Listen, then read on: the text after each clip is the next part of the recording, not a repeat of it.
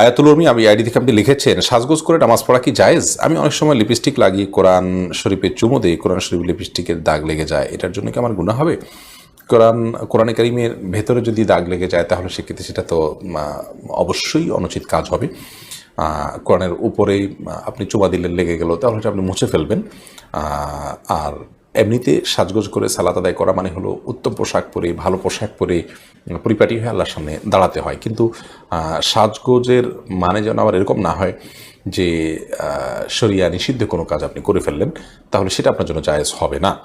যেমন ধরুন আপনি সাজগোজ করতে গিয়ে নেল পালিশ ব্যবহার করলেন, তাহলে তো আপনার অজুই হবে না, যার কারণে আপনি সেটা করতে পারেন না সালাদকে সামনে রেখে।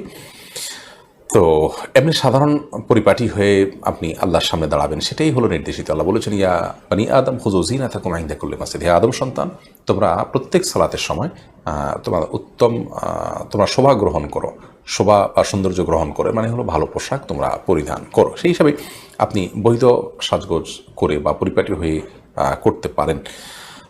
যদিও এখানে পরিপাটি হয়ে সুন্দরভাবে দাঁড়ানোর কথা বলা হয়েছে, সাজগোজটা এখানে মূল উদ্দেশ্য নয়।